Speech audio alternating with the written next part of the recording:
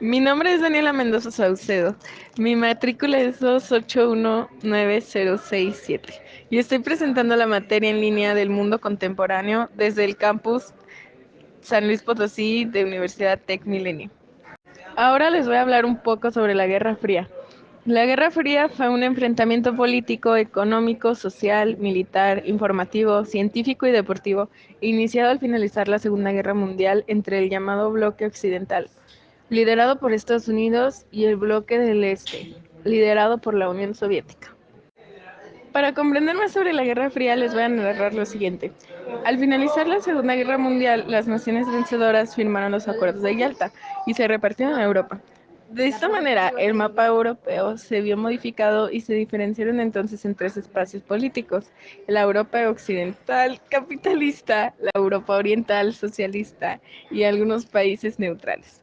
A partir de ese conflicto de ideologías, surgieron intensas luchas económicas y diplomáticas, e incluso se llegó a conflictos bélicos, como lo fueron la Guerra de Corea y Guerra de Vietnam, donde sus detonadores estaban vinculados a estas ideologías. Ahora les hablaré del socialismo. El socialismo es un sistema social y económico caracterizado por el control por parte de la sociedad, organizada con todos sus integrantes, tanto de los medios de producción como de las diferentes fuerzas de trabajo aplicadas en los mismos. Entre los principales autores que desarrollaron el concepto de socialismo durante el siglo XIX están Karl Marx y Friedrich Engels. Les hablaré sobre el capitalismo. El capitalismo es un sistema económico y social basado en que los medios de producción deben ser de propiedad privada. El mercado sirve como mecanismo para asignar los recursos escasos de manera eficiente y el capital sirve como fuente para generar riqueza.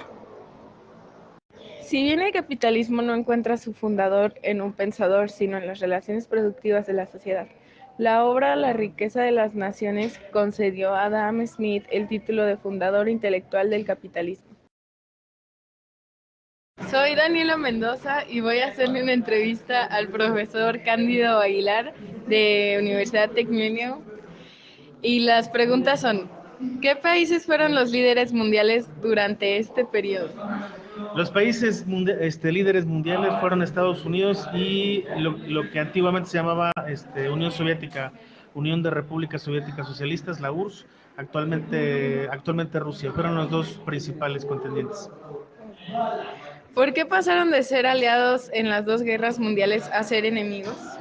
Pasaron a ser enemigos por una cuestión ideológica, mientras que los soviéticos apostaron por una política socialista, los norteamericanos apostaron por un capitalismo. Es decir, eh, por su parte los soviéticos apostaron por un sistema en el cual el Estado debía tener el control de las grandes corporaciones y de todo el sistema y operatividad industrial, mientras que los norteamericanos apostaban por una libertad en cuanto al hacer y accionar de la industria y de las grandes corporaciones. Entonces los dos trataron de acaparar y expandirse por todo el mundo a través de la ideología. ¿Qué regiones fueron escenarios de la Guerra Fría? Fue casi, estamos hablando que fue por lo menos el 60% del mundo, pero básicamente se desató península Indochina, estamos hablando también de, por supuesto, de Vietnam, donde se desarrolla la guerra que perdió Estados Unidos. También se desarrolla en Corea, las dos Coreas, Corea del Norte y Corea del Sur, antes de que se dividan como tal. Estamos hablando también en parte del Caribe, cuando se desató esta famosa guerra de Bahía de Cochinos y que supuestamente los soviéticos iban a lanzar unos misiles, que finalmente no pasó nada, pero bueno, fueron básicamente esas tres partes en donde hubo mayor actividad, pero sí hubo otros. Por ejemplo, estuvo el caso del continente africano, la África negra, porque se aprovechó la coyuntura para vender armas y empezar con las independencias de la década de los 70. Gracias. Ahora la siguiente. ¿Cuál era la opción pública sobre la Guerra Fría? La opinión.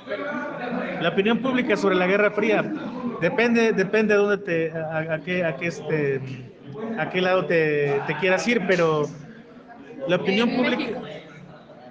México, sobre la Guerra Fría. En México pues llegaban noticias muy tarde. Recuerden que no había un internet como tal. Casi todo era a través de pues, los medios de comunicación, prensa, radio, televisión, y casi siempre en México, pues como por el lado geográfico siempre se apoyó a Estados Unidos, pues fue básicamente toda la información basada en lo que ocurría en Estados Unidos. Te estoy hablando desde los avances tecnológicos, la llegada del primer hombre a la luna, por supuesto la invasión a los Caribes, a Bahía de Cochinos.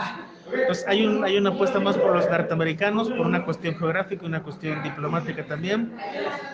Y las noticias que llegaban de la Unión Soviética eran básicamente aisladas, pero sí se hablaba, por ejemplo, de toda la inversión en ciencia que estaban teniendo. Ok, gracias. Y la última. ¿Con qué tipo de armamento contaban las dos grandes potencias? Son los dos más grandes armamentos del momento. Estamos hablando que entre 1959 y 1989, o sea, 30 años hasta antes de la caída del muro de Berlín, había pues una industria armamentista basada en grandes buques, en aviones. Ya se estaba experimentando con armas nucleares, de ahí el gran accidente que hubo en Chernobyl, en lo que correspondía en ese momento a la Unión Soviética. Era un armamento pleno que estaban abarcando todos los espacios geográficos. Hablamos del mar, del aire y de la tierra. Son los tres grandes espacios. Muchas gracias y eso sería todo. Sí, gracias a ti. Como conclusión les hablaré sobre el fin de la Guerra Fría. La URSS hizo grandes esfuerzos por defender y consolidar el régimen comunista, pero en 1985 el país entró en una profunda crisis. El gobierno de Gorbachev planteó la necesidad de un cambio e inició una política de distensión con Estados Unidos. A este proceso de reestructuración de la economía soviética se le denominó perestroika.